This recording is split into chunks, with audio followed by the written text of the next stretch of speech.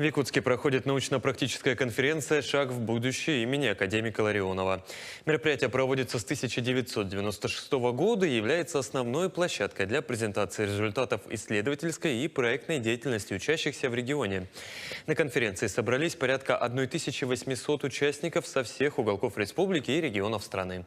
В течение 3 дней участники представляют научные работы перед экспертным советом в 42 подсекциях по 13 видам научной направленности. В работе экспертного совета принимает участие порядка 350 ведущих ученых, преподавателей и аспирантов.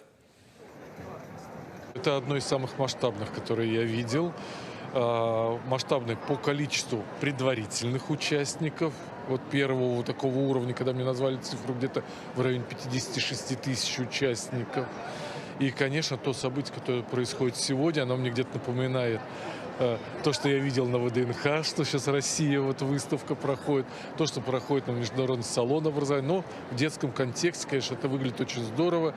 Как подготовились дети, это тоже очень круто. Это чувствовалось, что для них это большое событие, которое останется в памяти.